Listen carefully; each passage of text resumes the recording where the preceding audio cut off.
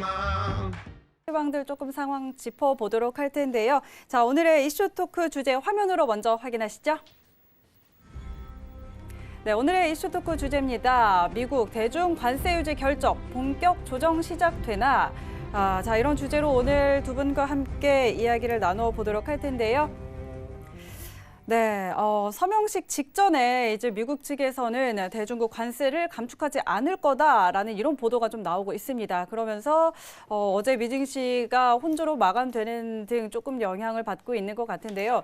이미 류호 부총리는 미국을 방문을 했죠. 그리고 협상을 하루 정도 앞둔 시점인데 우리 시각으로 내일 새벽에 서명식이 진행이 됩니다. 자, 그런데 조금 전에 또 나온 소식으로는 문희신 재무장관이 2단계 무역 협상에서 관세를 추가로 인하할 수 있다라고 언급을 하기도 했는데요. 자, 이 부분은 또 2단계 협상이니까 조금 후에 다시 짚어봐야 될 것 같고요. 자, 먼저 우리 주 차장님. 네. 지금 일단 류호 부총리가 미국을 방문을 한 상태인데 네. 뭐 서명식을 앞두고 직전에 관세를 인하하지 않을 것이다, 감축하지 않을 것이다 이런 발표를 좀 내놨습니다. 네네. 자, 이게 뭐 1차 협상에 좀 어느 정도 위협이 될까요? 어떻게 보세요? 저는 일단 지금까지 나온 뭐 대략적인 합의문이 발표가 됐잖아요. 네. 근데 저는 이거를 보면서 시청자분들께서는 어떻게 받아들여질지 모르겠지만 저는 매우 이게 부정적으로 받아들여지거든요. 네, 이게 지금 뭐 류호 부총리가 왔다고는 하는데 지금 이 합의문에 대한 대략적인 내용을 알고 왔으면은 사실 뭐 합의문까지는 문제가 없을 걸로 보는데 그쵸. 뭐 알고 왔겠죠. 네. 알고 왔겠지만 만약에 혹시라도 모르고 왔는데 이런 상황으로 벌어진다면 이거는 어쩌면 최종 서명을 안 할 수도 있을 확률이 뭐 있지 않을까 싶은데 근데 알고 왔겠죠. 깨질 위험도 조금은 있을 수 그렇죠. 있다. 하지만 알고 왔기를 바라고 있습니다. 네, 안 그러면 네 이거는 진짜 조정에 이거는 어쩌면 트리거가 될 수 있는 상황이기 때문에 네 이거는 조금 네 뭐 아닐 거라고 믿고 있는데 근데 이렇게까지 저는 네네. 중국이 굴욕적인 이게 합의문 내용을 보면은 사실 중국 쪽으로 유리한 내용은 별로 없는 것 그쵸? 같거든요. 네, 대략적으로 보면은 10개월 동안 기존 부과된 관세에 대한 검토 기한을 가질 것이고 그동안 추가 인하는 없을 거라고 이제 말을 했잖아요. 네. 그러면은 이게 왜 도대체 스냅백에 대한 거는 왜 들어갔는지 이해가 안 갑니다. 스냅백 할 게 없거든요. 네. 네, 뭐 사실 풀어준 게 없으니까 스냅백을 할 필요조차 없는 건데.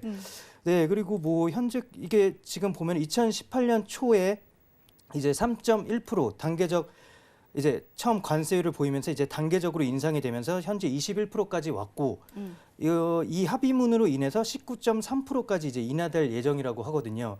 이게 2%도 채 안 되는 합의 이제 인하인데 여기에 중국은 이제 2년간 이제 미국산 제품 2천억 달러를 2년간 네. 구매 확대를 하기로 이제 포함을 시켰고 네. 중국의 이로운 점이 어떤 게 있을지 저는 참 궁금한데 이거를 뭐 중국이 그러게요. 받아들였다고는 하니까 네.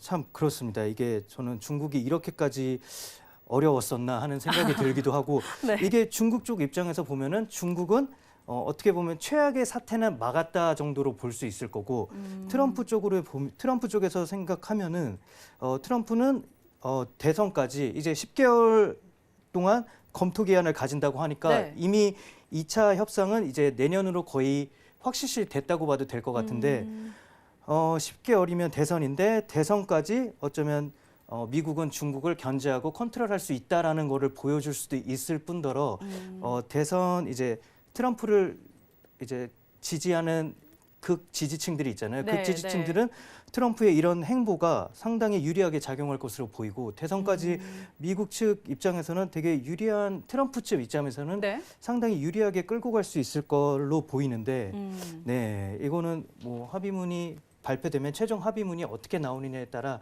시장의 방향이 좀 갈릴 듯합니다. 알겠습니다.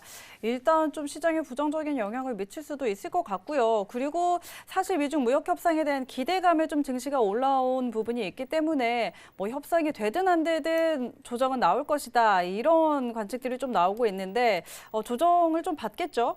어찌 됐건 간에. 네, 받을 걸로 보입니다. 네, 네, 근데 네.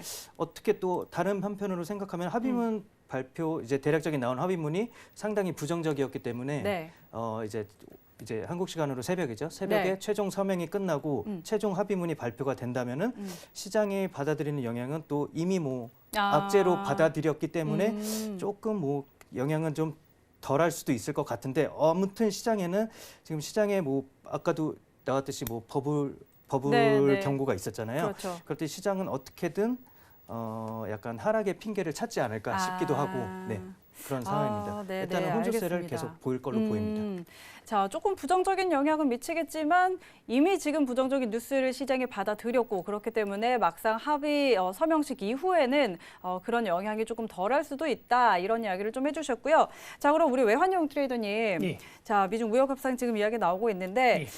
미증시가 계속 올라가다가 지금은 조금 조정을 받고 있는 것으로 보이고요. 예. 이제 협상 이후에 조정을 받을 수도 있다 이런 예. 이야기들도 나오고 있는데 예. 자 지금 차트상으로 흐름이 좀 어떻게 보이세요?